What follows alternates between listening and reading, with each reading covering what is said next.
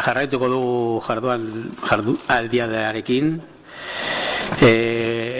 La mesa de ahora va a tratar de manera mucho más concreta sobre el protocolo en cuestión.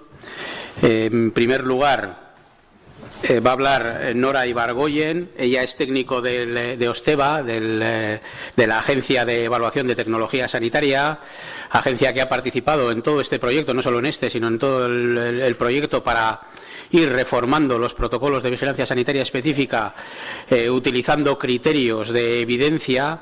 Osteva ha sido un acompañante habitual, continuo, y gracias a su ayuda pues este tipo de trabajos ha ido fructificando. Ella nos va a hablar un poco de la metodología, nos va a hablar sobre la metodología para la elaboración de guías de práctica clínica. Cuando quieras, Nora. Bueno, para empezar, gracias por haberme invitado a estar aquí también. Y bueno, ya, como os ha comentado, yo trabajo en Osteva. Trabajamos tanto haciendo informes de evaluación de tecnologías sanitarias como en la rama que son la elaboración de guías de práctica clínica. Igual a algunos os suena un poco esto, porque ya vimos algo similar cuando se presentó el protocolo de asma por harinas. Pero bueno, voy a hablar un poco de qué es lo que entendemos por medicina basada en la evidencia. A continuación veremos lo que son las guías de práctica clínica y cuál es el contexto en el que nosotros nos movemos a nivel nacional, a nivel local, que sería el País Vasco, y a nivel nacional, y cuál es el proceso que seguimos para elaborar una guía, ¿no? Entonces, en cuanto a qué es la medicina basada en la evidencia, se definió como la utilización consciente, explícita y juiciosa de las mejores pruebas disponibles, o estudios o evidencia, en la toma de decisiones sobre el cuidado de pacientes individuales.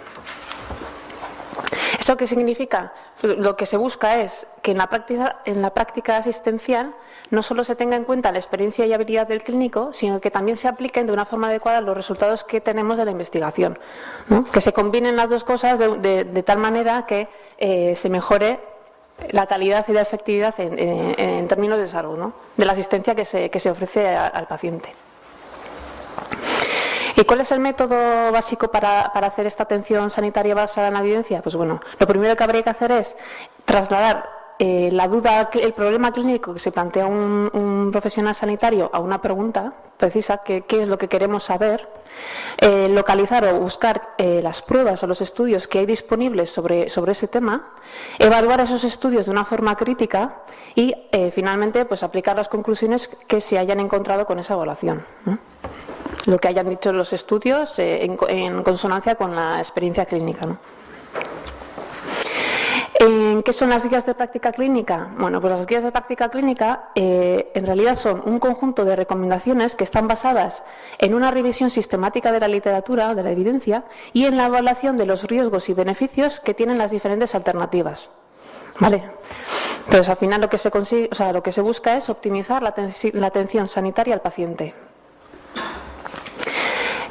¿Qué diferencia las guías basadas en la evidencia de otro tipo de documentos? Bueno, pues lo que les diferencia es principalmente que hacemos una búsqueda de literatura científica sistemática, sintetizamos la evidencia y la elaboración de las recomendaciones se hace siguiendo una metodología, se hace siempre de una forma sistemática, explícita, reproducible y no está aquí, pero transparente, siempre.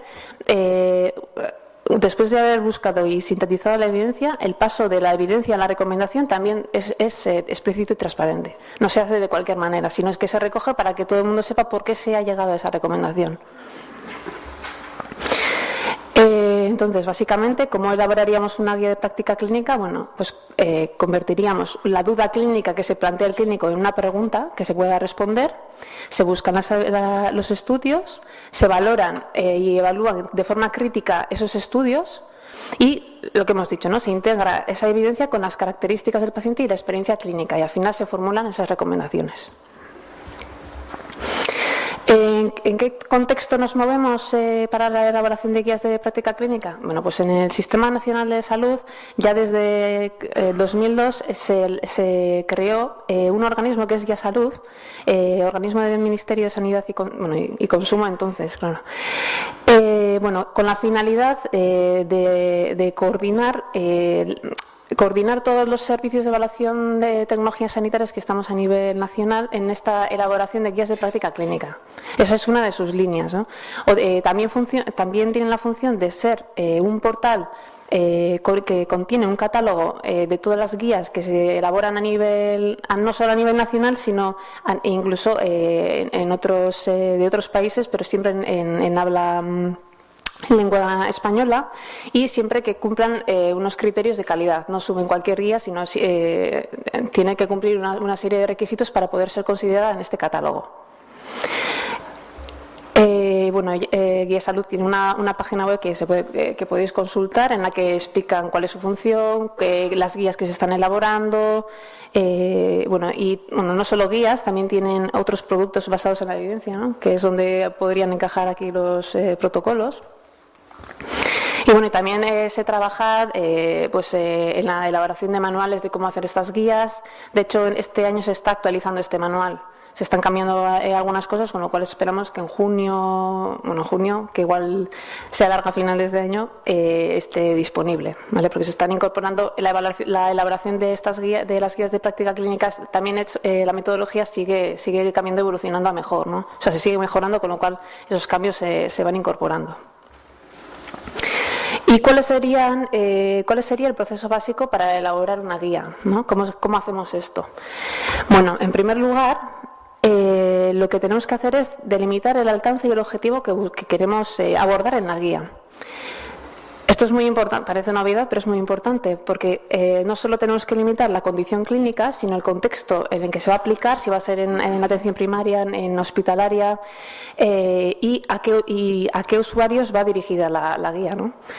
Y cuál va a ser la población diana. Y también si vamos a incluir diagnósticos, si vamos a incluir tratamientos, si va a ser de prevención o si va a ser todo, ¿no?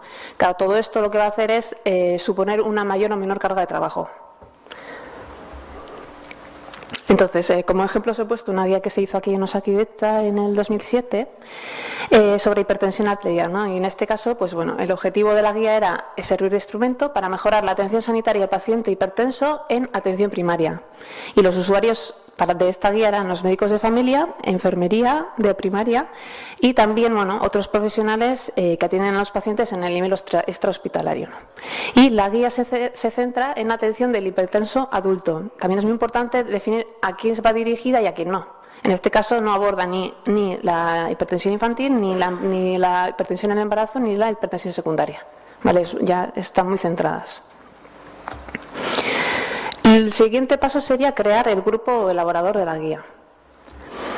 Claro, es muy importante también que cuando se quiera elaborar una guía se tengan en cuenta todos los grupos profesionales que están relacionados con la guía. Por ejemplo, ahora estamos elaborando una guía de lactancia materna y ahí se incluyen tanto matronas como pediatras, como incluso ginecólogas, enfermeras e incluso pacientes, o sea, madres en este caso, ¿no? Los clínicos, es muy importante que los clínicos que se incluyan sean expertos en el objeto de esa guía y también, a poder ser, que pertenezcan a sociedades científicas, o si no, en su defecto, se incluyen a las sociedades científicas en el proceso después de revisión. Todo esto siempre para que la guía también sea difundida y sea conocida y si se conozca, ¿no? Que tenga un proceso de difusión mejor, ¿no? Y también incluimos los pacientes y otros grupos de interés, que esto no siempre no es fácil, y expertos en metodología, para hacer todo este proceso de búsqueda, de lectura crítica y de síntesis de evidencia, ¿vale? Y también es muy importante que se haga una declaración de interés de todos los miembros de este grupo. Porque, incluso, esta declaración de interés se debería de realizar antes de empezar la guía, para ver si hay alguien que tiene algún tipo de conflicto o que pueda tenerlo, valorar si realmente puede estar o no en ese proceso de elaboración, o incluso en qué preguntas no debería de estar, ¿no? Pues si se trata de fármacos y tal, si ha sido financiado por una industria determinada, pues bueno, igual hay en preguntas que no puede trabajar, ¿no? Pero bueno, para no tener después un sesgo ¿no? Un posible sesgo. En cuanto al tema de incorporación de pacientes, claro, es un tema un poco complicado, pero bueno, las formas de incorporar pacientes en la elaboración de una guía son muy diferentes. Al final lo que se sigue es que de alguna manera tengamos en cuenta, ¿no? sus preferencias y sus puntos de vista. Dependerá de qué recursos dispongamos para hacerlo, pero bueno, por ejemplo, podemos contar con gente dentro del grupo elaborador, podemos contar con pacientes o con asociaciones en el proceso de revisión, podemos contar con pacientes o asociaciones en el proceso de definir qué preguntas se van a abordar, ¿no? Es un poco ese juego, ¿no? Y bueno, en Osteva sí que, como veis, al principio no se incluían los pacientes en los grupos de elaboración de guías, se hacían materiales para pacientes, pero luego, a medida que hemos ido avanzando, pues ya se han ido haciendo cosas, ¿no? Por ejemplo, en la guía de cuidados paliativos, pues se hizo investigación primaria cualitativa, pues para ver qué se tenía que incluir en esa guía desde el punto de vista del cuidador de los pacientes, ¿no? Y bueno, y en la guía del parto, por ejemplo, pues sí que formaron parte del grupo elaborador. Las madres de asociaciones de apoyo al parto y tal. Una vez que tenemos el grupo, lo siguiente que tenemos que hacer es formular las preguntas. ¿Qué preguntas vamos a incluir? Y formularlas de una forma muy clara. Porque esto nos va a ayudar a hacer la búsqueda de los estudios, ¿no? Búsqueda de los estudios que sea mucho más específica, ¿vale? ¿Y cómo formulamos las preguntas? Bueno, las formulamos en un formato que se llama un formato PICO, que lo que significa es que desglosamos la pregunta en la P, que serían los pacientes a los que estamos incluyendo, la I sería la intervención que queremos evaluar, la C sería el control, la comparación frente a la que queremos evaluar esa intervención, y la O son los outcomes, que son los resultados que buscamos, ¿no? Que creemos que van a mejorar con esa intervención. ¿Vale? Por ejemplo, pues si tenemos una pregunta, esta es de la guía del asma, ¿cuál es el mejor plan de acción escrito para niños con asma? Si el basado en síntomas o el basado en medición de pico-flujo. Esto transformado en formato PICO sería la P, niños con asma, la I serían los planes de acción basados en síntomas, la comparación, los planes de acción basados en medición de pico-flujo y los outcomes, que serían pues ver si hay menos exacerbaciones graves, más o menos ingresos, ¿vale? Es especificar mucho más la pregunta y así la tienes mejor estructurada y lo que te facilita luego realizar la búsqueda de estudios. ¿Qué vamos a ver ahora? Entonces, para hacer la búsqueda ¿qué es una búsqueda bibliográfica? Pues bueno, es identificar de forma sistemática todos los estudios que haya publicados y que sean relevantes para la pregunta que nos estamos planteando. Entonces, es un paso esencial en el desarrollo de guías, bueno, no solo en el desarrollo de guías, sino en el proceso de revisiones sistemáticas o informes de evaluación. Y estas búsquedas tienen que ser completas para no dejarnos ningún estudio, transparentes y reproducibles, lo que significa que cualquiera que repita esa búsqueda pueda localizar los mismos estudios que nosotros hemos localizado. Aquí os he puesto esta imagen, que no sé si luego la presentará Aitor. Claro, para que os hagáis una idea, si hacer una revisión sistemática de un tema puede costar un año de tiempo, si estamos planteando hacer una guía de práctica clínica que cuenta con 40 preguntas, si hiciésemos revisiones sistemáticas a un año, pues no la tendríamos nunca, ¿no? Entonces, hay un algoritmo que de alguna manera facilita este trabajo, ¿no? Que se aplica en función de cuáles son los recursos que tú tienes para poder hacer búsquedas y para poder hacer estas revisiones. Entonces, lo primero que solemos hacer es buscar si hay guías a nivel internacional o nacional que aborden el tema que vamos a tratar, pues si es de asma o si es de hipertensión o lo que sea, y lo que hacemos es valorar la calidad de esas guías, cómo de buenas son, y vemos si estas guías ya abordan las preguntas que nosotros queremos responder. Porque esto ¿qué va a hacer? Que si las guías que ya hay publicadas son de buena calidad y tienen hecha, o sea, por ejemplo, una revisión hasta el 2007, podemos utilizar esa revisión hasta el 2007 y simplemente buscar los artículos que se han publicado posteriormente para de alguna manera facilitarnos todo ese proceso de elaboración. ¿Vale? Hacemos eso con guías y también buscamos si hay revisiones sistemáticas, sobre todo Cochrane. Porque, bueno, si hay una revisión sistemática ya hecha, pues bueno, nos facilita el trabajo, ¿no? En esos casos, lo que podríamos hacer es, o sea, si la guía estuviese publicada de forma reciente, podríamos incluso adoptar los estudios adoptar la revisión que hace esa guía y pasar directamente a la formulación de las recomendaciones. ¿Vale? Pero, claro, imaginaros que tengamos guías publicadas, pues yo qué sé, en Inglaterra, que están publicadas en el año 2007, bueno, tenemos que hacer una actualización parcial, ¿no? Desde el 2007 en adelante. Y en el caso, peor de los casos, en el que nuestra pregunta no esté abordada en ninguna guía ni en ninguna revisión, pues bueno, tendríamos que hacerlo todo. ¿Vale? Tendríamos que buscar o sea, sin fechas límite, ¿vale? Para poder localizar todos los estudios. ¿Dónde se buscan estos estudios y las guías? Bueno, pues hay diferentes, aquí hay más que estas, hay diferentes bases de datos que, bueno, dependiendo de qué es lo que queremos buscar, pues son más o menos adecuadas. Por ejemplo, si queremos buscar revisiones sistemáticas, bueno, no nos podemos olvidar de la biblioteca Cochrane, podemos buscar en PubMed y en Embase. Si queremos, por ejemplo, buscar preguntas sobre etiología, bueno, ya veis que en función del tipo de estudio, del tipo de pregunta que nos estamos planteando, las bases pueden ser unas mejores que otras.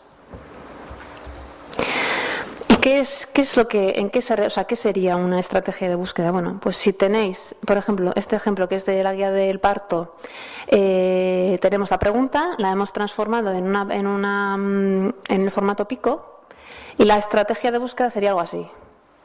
Esta cosa horrible de palabras, ¿no? Bueno, se ve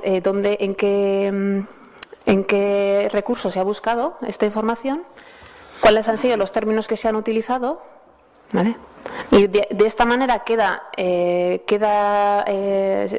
recogido y cualquiera que quiera lo puede hacer. En este caso, en la guía del parto, se basó en una guía que ya estaba publicada en Inglaterra en el 2006, con lo cual la búsqueda de los estudios se hace a partir del 2006. Vale, una vez que tenemos localizados los estudios, lo que tenemos que hacer es evaluarlos. Bueno, estudios y las guías, claro.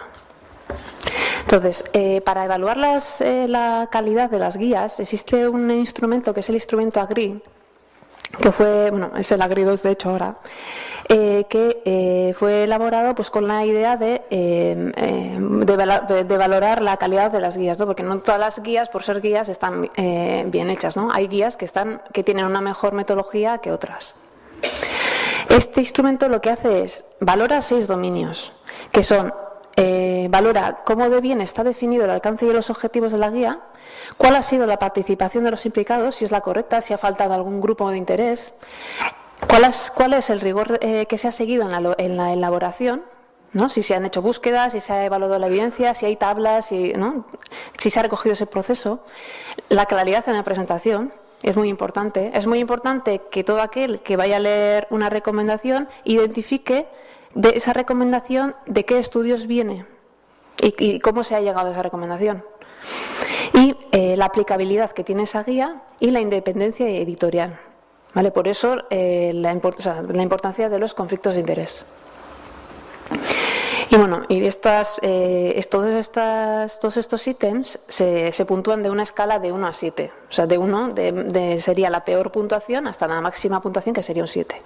Y lo que nos da como resultado es esta gráfica. Esto es un ejemplo de la evaluación de las guías que existían sobre el manejo de los lípidos.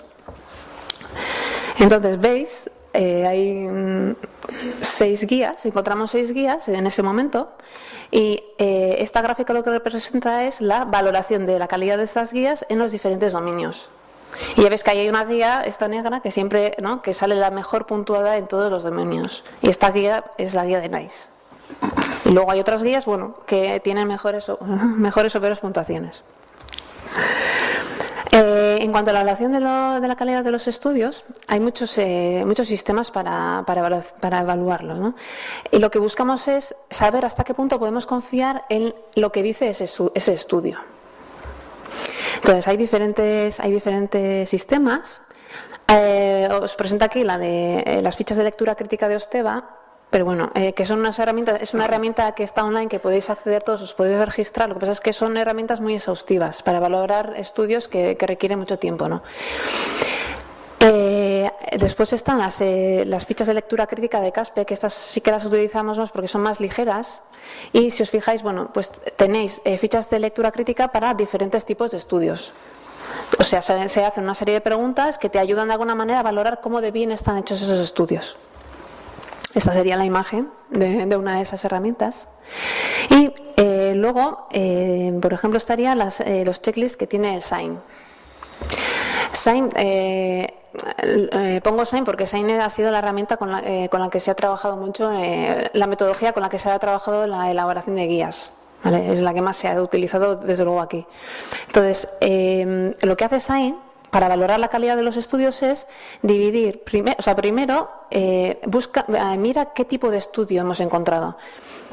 Entonces, si hemos encontrado metaanálisis, revisiones y ECAs, le da un nivel 1, que se supone que son los estudios que mejor calidad metodológica tienen por diseño. A las cohortes y a los casos controles les da un nivel 2 y al resto niveles más bajos, ¿vale? Y después lo que hace es valorar el riesgo de sesgos de ese estudio, ¿no? Aunque sea un ensayo clínico, pues puede tener errores metodológicos, ¿no? Con lo cual, le asignaríamos un menos. ¿Esto qué se traduce? En la combinación del número, que sería el tipo de estudio, y los signos, que sería la calidad de ese estudio, hace un ranking, ¿no?, de cuáles serían las posibles calidades que nos podemos encontrar. Y aquí os había puesto también Grade, que es un sistema de elaboración de guías, que es el que estamos utilizando ahora y que cambia un poco el concepto de evaluación de la calidad de la evidencia. Porque si SIGN lo que hace es valorar el nivel de los estudios, lo que hace Grade en realidad es no valora los estudios, sino valora la calidad que tenemos para los resultados de interés. ¿Esto qué quiere decir? Que si nosotros nos interesa saber si una intervención mejora unos resultados determinados, lo que hacemos es definir qué resultados estamos interesados y buscamos lo que dicen los estudios sobre esos resultados, ¿vale? Y lo que valoramos es la calidad, la confianza que tenemos en esos resultados, no en los estudios. ¿Vale? ¿Esto qué otra ventaja tiene Grade? Bueno, pues que en esta tabla se representa la calidad de la evidencia según el diseño del estudio. Entonces, si partimos de ensayos clínicos, la calidad se parte de una calidad alta. Lo que ocurre es que esa calidad alta puede disminuir, bueno, si hay una serie de fallos, ¿no? Fallos o inconsistencia o heterogeneidad en los resultados, o si hay sesgos de publicación, ¿no? Entonces, de una calidad alta, los ensayos clínicos pueden pasar a tener una calidad hasta muy baja. Y por otro lado, cuando partimos de estudios observacionales, generalmente siempre han sido penalizados por los sistemas de elaboración. En este caso, Grade lo que te permite es que si el estudio está muy bien hecho, la calidad puede subir. Si, por ejemplo, la fuerza de asociación es muy alta, o sea, es muy fuerte, o si se demuestra que hay un gradiente de dosis y respuesta. Y este sería, por ejemplo, el ejemplo claro del tabaco, ¿vale? Aunque fuesen estudios de cohortes, podríamos subirla a moderada o alta, ¿vale? Porque se cumplen esos requisitos. Esto voy a pasar. Entonces, en cuanto a la síntesis de la literatura, nosotros cuando hacemos los grupos de trabajo presentamos la evidencia resumida en tablas. Las guías, si las guías responden a la pregunta que nos planteamos, resumimos la evidencia en la que se basan esas guías, la recomendación que hacen, las referencias bibliográficas en las que se basan y comentarios que puedan ser de utilidad. Las tablas de estudios individuales, por ejemplo, con metodología SHINE, ¿no? Lo que hemos dicho que se centra en el estudio, lo que haríamos sería definir en qué población se basan, cuál es la intervención, cuáles son los resultados que se obtienen y comentarios. Y aquí ya pondríamos qué calidad le damos a ese estudio, ¿no? Sería 2+, pues sería un estudio de cohortes o de casos control de bastante buena calidad, ¿vale? Con lo que hemos explicado antes. Bueno. Y esto sería un ejemplo de cómo redactamos esto en una guía de práctica clínica. En una guía de práctica clínica ponemos primero la pregunta que queremos responder y después vamos resumiendo la calidad de la evidencia. Vamos resumiendo los estudios y a la derecha ponemos que ese estudio es un ensayo clínico y cuál es la calidad que le hemos dado, ¿vale? De tal manera que ya sabemos que esto tiene una calidad 1+ y esto que se dice aquí tiene una calidad 2+, porque eran estudios de cohortes, ¿vale? En el GRADE, la tabla que presentamos es bastante más complicada, porque ya hemos dicho que no nos fijamos en el estudio, sino nos fijamos en los resultados. Bueno, esto daría para mucho tiempo, pero bueno, para que os fijéis simplemente que en esta tabla lo que se presenta es los resultados que se encuentran en los estudios y se hace una valoración de la calidad de la evidencia para cada resultado y en la derecha de la tabla se presentan los resultados numéricos. Cuáles son los odds-ratio, cuáles son el efecto en niveles absolutos, de alguna manera para que no solo sepamos que hay estudios de mejor o peor calidad, sino que para disminuir el número de pacientes con visitas a urgencias, ¿no? El efecto que tiene una intervención frente a otra es este concreto, ¿no? Damos datos mucho más concretos. ¿Y cómo presentamos esto en una guía? Pues bueno, es de una forma parecida a lo que hacíamos con SHINE, pero en este caso lo que se hace es, se presenta los resultados de los estudios por cada variable de interés y, como antes, a la derecha ponemos cuál es la calidad que hemos encontrado, qué confianza tenemos en esto que decimos. O sea, esto quiere decir que esto que decimos, nuestra confianza es baja. Y esto que decimos aquí, nuestra confianza es muy baja. ¿Vale? Claro, una vez que hemos hecho el análisis de la evidencia, lo que tenemos que hacer es pasar a la formulación de las recomendaciones. Y para esto, hay muchos sistemas que te permiten hacer esto, pero tanto SHINE como GRADE, que son los dos en los que me he centrado, permiten dar este paso. Que es, a la hora de formular las recomendaciones hay que tener en cuenta la fuerza con la que le vamos a dar esa recomendación, ¿vale? ¿Qué significa esto? Pues indica hasta qué punto podemos confiar si poner en práctica la recomendación que decimos conlleva en realidad a más beneficio que riesgo, ¿no? Cómo de seguros estamos de eso que decimos. Y esto no solo depende, como hemos dicho, de la calidad de la evidencia, sino que también depende de otros muchos factores, ¿vale? Con SHINE lo que se hace para poder formular recomendaciones es, se parte de esas tablas de evidencia, ¿no? De todos los estudios que hemos encontrado y de la calidad que les hemos dado, pero además se valoran otros aspectos que son la cantidad y calidad y consistencia de la evidencia, la generalización de los resultados, la aplicabilidad y cuál es el impacto clínico que tendría esta recomendación. Esto se rellena en una plantilla, ¿no? Para que quede registrado todo el juicio que se ha hecho desde la evidencia que hemos encontrado hasta que llegamos a la recomendación que nosotros damos. Entonces, con SHINE existen 4 grados de recomendación, que son las letras, ¿no? Desde la A hasta la D. La letra A significaría la mayor fuerza con la que podemos dar una recomendación, o sea, estamos muy seguros de esta recomendación, y la D sería de lo contrario, ¿no? No estamos muy seguros, habría que coger con pinzas un poco esa recomendación, ¿vale? De alguna manera refleja esa fuerza. Esto en las guías se traduce así. Lo que se suele hacer es, primero se redacta toda la evidencia como os he enseñado antes, luego se hace un resumen de la evidencia y a continuación se muestran cuáles son las recomendaciones para que quede claro de qué evidencia partimos y cuáles son los grados de recomendación que damos. Con GRADE también se puede hacer este paso de la evidencia que encontramos hasta la recomendación. Lo que pasa es que dentro de este grupo de trabajo está continuamente trabajando y continuamente mejorando las cosas que hace. Entonces, ha complicado un poco más esta plantilla de formulación de recomendaciones, porque incluye no solo cuál es la evidencia que tenemos y el balance entre los beneficios y los riesgos, sino también incluye valores y preferencias de los pacientes, cuáles son, los costes, cuestiones de equidad, de aceptabilidad, es decir, si todos los grupos de interés aceptarían esa recomendación, y de factibilidad, ¿vale? O sea, no por tener una evidencia de alta calidad siempre vamos a hacer una recomendación fuerte, ¿vale? Porque hay otros aspectos que hay que tener en cuenta. Y todo eso se recoge en una ficha, en una tabla que le llaman la tabla de TR, que es una ficha bastante compleja, en la que se resumen todos esos aspectos, ¿no? Al final, con lo que se hace es, se llega a un balance, después de haber valorado todos esos aspectos, se llega a un balance. Es decir, visto todo, ¿qué hacemos? ¿Las consecuencias favorecen o no favorecen la recomendación que queremos dar, ¿no? Entonces se toma una decisión y se pueden formular 4 tipos de recomendaciones, que serían recomendaciones en contra o a favor.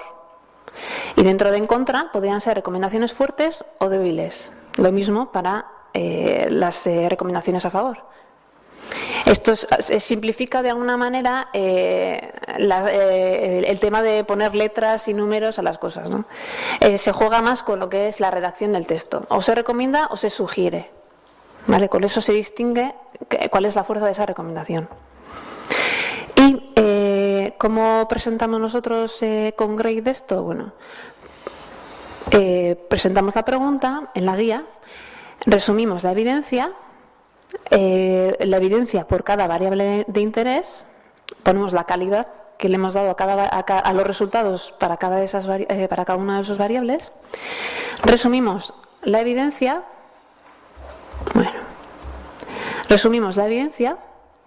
y también lo que hacemos es añadimos además este paso, un resumen del paso de la evidencia a la recomendación, para que de alguna forma quede claro de dónde ha salido la recomendación, ¿vale? Se resumen cuál ha sido la calidad de la evidencia, cuál ha sido el balance de los beneficios, cuál ha sido el balance de los costes, la factibilidad, de alguna manera para que todo el mundo, o sea, para que quede lo más transparente posible esa decisión, ¿vale? Cuando hacemos todo este proceso, claro, identificamos muchas lagunas en el conocimiento, como os ha ocurrido, ¿no, Martín, con el tema de la nasofibroscopia.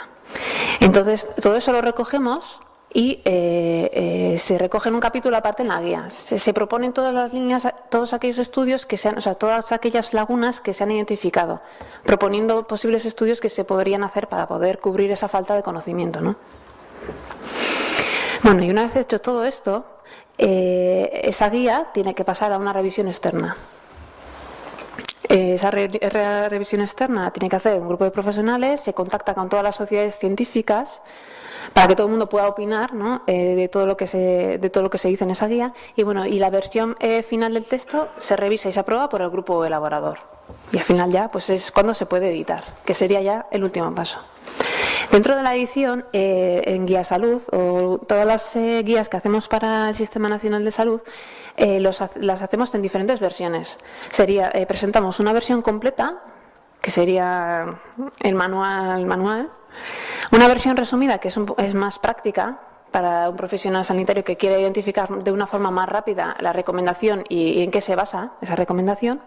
Y luego también presentamos el material metodológico que recoge todo ese proceso de búsqueda, de evaluación, de tablas, para todo aquel que quiera o esté interesado en profundizar en toda la evaluación que se ha hecho de las preguntas.